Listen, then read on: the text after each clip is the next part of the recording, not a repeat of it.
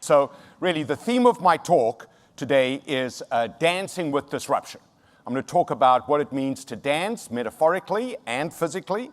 I'm also going to talk about disruption, but most importantly, I want to give you in a very short time frame 7 secrets to thriving on the kind of change Barry spoke about, but very importantly, so the best people want to partner with you.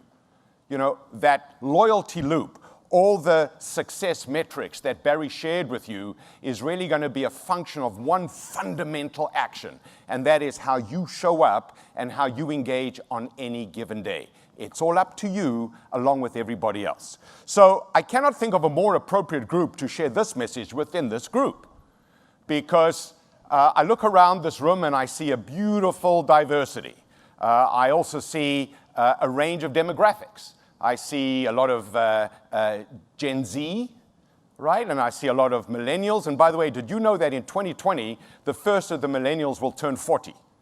So even the millennials are becoming middle-aged, right?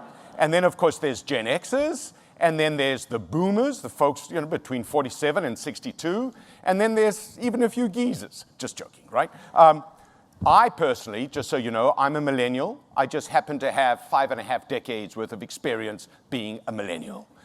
But I will tell you that the best thing about the future is it comes 24 hours at a time. So if you want to have a fantastic career, if you want to build the kind of future and dreams for yourself and for your family, what you've got to do is take care of this day, because today is your entire life in miniature. So if you play full out today, if you engage with everyone around you today, if you help make today a phenomenal success, the rest of your life will take care of itself. So just turn to a person on either side of you, just look them in the eyes and just say, it's always day one. Right. Okay, so this is good. By the way, every now and then I will get you just to have a little chat with each other, not because I'm just asking you to repeat what I'm saying or just say a shallow phrase, but how many of you have noticed that sometimes you think you understand a concept, because have you noticed when we talk to ourselves, we're incredibly articulate, but then when you try and share it with somebody else, the words don't come out as fluently as you'd like them to come out. So one of the challenges, one of the invitations I want to put to you is when you hear something new, immediately you want to share it with the folks around you so that you know, because you only know that you know if you can help somebody else know. So let's talk a little thing or a little bit about dancing. How many of you have been dancing at least once in the past 6 months? All right, great. If you're not raising your hand, get a life, right? But why I like dancing as a metaphor is when you dance, you got to be agile. You got to be nimble. You got to be partnering with someone in some kind of performance. When you dance with someone or something, you're also in harmony with them. You've got rapport with them. And you share a common purpose. In this case, a common passion, a passion for the customer. But importantly, you become a source of other people's joy and energy. So while, Barry's had a challenging couple of days and he got in late and he asked you for your energy, that's more than just this request. We're all dependent on the energy of the folks around us. We're only as good as the company that we keep. So I'm going to ask you to make a commitment to a person on either side of you now. Only make this commitment if you're willing to live by it. Look them in the eyes and just say, from this day forward, I will be the source of your joy at work.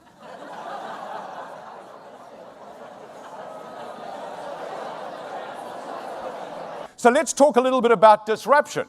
So, Barry spoke about some of the change that you've been going through. You don't need me to tell you the kind of meteoric pace that change is moving at. But we define disruption as a radical change that shatters status quo. And if you think of the change that you're going through, the great thing is that you're leading this change. You are the disruptors, not the disruptees.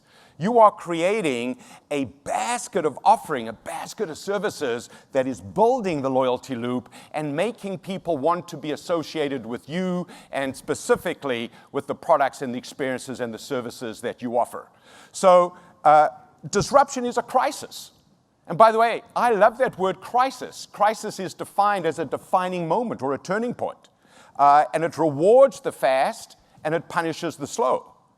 And I'm looking at a group of people who like to move fast, except we've got to move fast and we've got to deliver extraordinary quality. And then I want you to look at this final sentence, because if all you do is take the sentence away, my work here will be done. It is also a person that can cause a shift in thinking, action, and consequences. So every one of you can have an idea, can have an input that really shifts the entire offering. And someone once said to me, to the world, you might just be one person, but to one person, you might just be the world. So to that colleague or to that customer, if you bring the intention that day to cause a shift, you can cause a shift that can build momentum over time.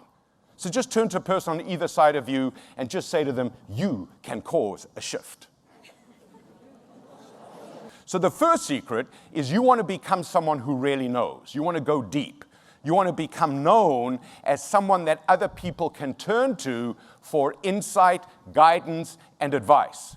And all our data tells us that Canadians are terrified of being people who are duped into making important decisions based on fake information. 65% of Canadians told us they are scared of making a life-changing decision based on fake information. So you want to become known as someone who has access and who can share authentic information.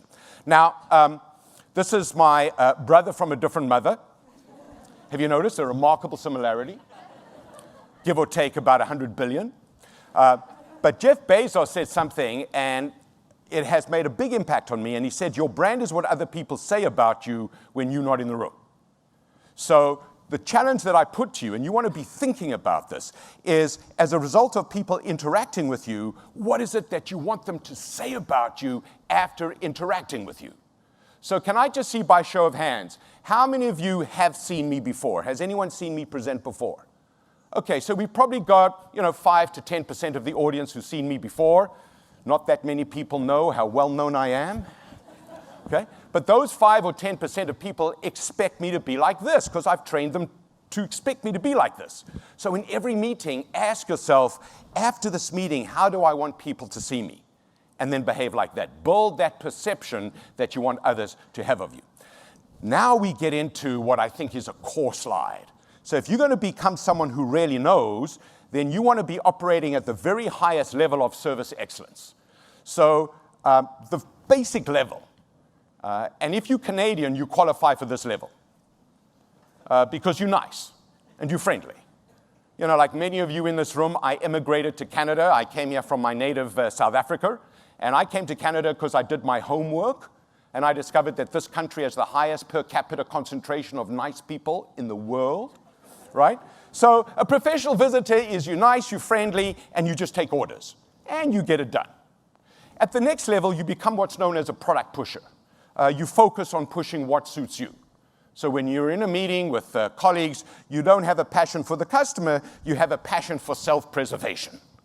And while you're knowledgeable, people are cognizant of the fact that you're not operating with their interests in mind. At the mid-level, you become what's known as a satisficer. That's not a spelling mistake, a satisficer. You do enough to suffice. And by the way, there's certain words that we've made up. And this is one of them. You do enough to meet expectations, nothing more. This is when you don't disappoint, you don't delight, you just become another forgettable part of an unmemorable day. Then at the next level, you become a partner. You become a valued, trusted advisor. And by the way, if all you do is operate at this fourth level, you will do exceptionally well. But at the highest level, you become the thought leader, where you are perceived as the best in the game. And I want to say something very important here. So at Barry's level, he's expected to be a thought leader at that board member level. If you've just joined, how many of you have been with Loblaw for less than a month? Who's been here for less than a month? Okay. If you can just stand up for a second, if you've been here for less than a month. I'm not going to ask you to do anything. We just want to see you. Less than a month. Let's give them a big round of applause. Thank you. Great. Take a seat. So if you've been here for less than a month, you're expected to be a thought leader as someone who's been here less than a month. But you want to represent that kind of thinking. And everything that I read about blue culture suggests that this organization wants you to bring your best to work every day, to share your point of view. Because that point of view that you share, that could be the spark that lights the fire. And as the great Bruce Springsteen sings, you can't start a fire without a spark. this gun's for hire, even though we're all just dancing in the dark. This is about being an audacious dreamer. You know, a dreamer is someone who has a vision in their mind that excites them and also lights up the people around them. And I'm going to share with you some great examples of people who are audacious dreamers. But audacious means bold. It means bold in the extreme. And what we've just seen is a vision that's bold, and you are the people who are going to turn that vision into reality. But my invitation to everyone in this room is be cognizant of your personal dream and how your personal dream lines up with the Loblaw dream or with the payments and reward dream. Because you want to be living your dream every day. Can I see by show of hands, how many of you in this room, as you sit here right now, believe that you are living the dream? Okay, so we've got maybe 20% of the audience. Now, I want you just to think about this one more time. If you think about what's going on in the world today, you think about what's going on just south of the border, for heaven's sake. You think about all the people out there who would give anything to be in this room at this stage listening to this program. Now, just think about where you are. Think about the kind of future that you are building, that you're moving into. Think about the impact that you're having on literally millions of Canadians. Think about the challenges that are going to stretch and grow you over the next 12 months. Think about the adventure you're about to have. Think about the amazing talent that's here in this room. Think about what's ahead of you. Now I want to ask again, how many of you think that you're living the dream? Right, a few more hands. Exactly. And by the way, let me just give you this insight. This is as good as it gets. Right? Tomorrow isn't promised to anyone. All of us at some stage in our lives will have a moment where we appreciate the fact that in that moment we're living beyond the dream. Back in June 2002, I was asked by the Nelson Mandela Foundation to come and do a workshop for the foundation, and my payment was I got to meet Nelson Mandela. I had 10 minutes with him, and I asked him a simple question. I said, Mr. Mandela, what was it like suffering for all those years? And he looked at me and he said, Michael, I didn't suffer. He said, I prepared to live my life every day, so when I was released, I would transform my nation into the kind of nation I dreamt of it becoming. And that's how he got through 27 years, one day at a time. And that's why he helped transform that country into the miracle it became. And I love this phrase. He says, live in a way that enhances the freedom of others. Or in our case, let's live in a way that enhances the joy of others. Let's live in a way that enhances the environment in which other people have to come and work. And by the way, compared to Nelson Mandela, how's your life looking?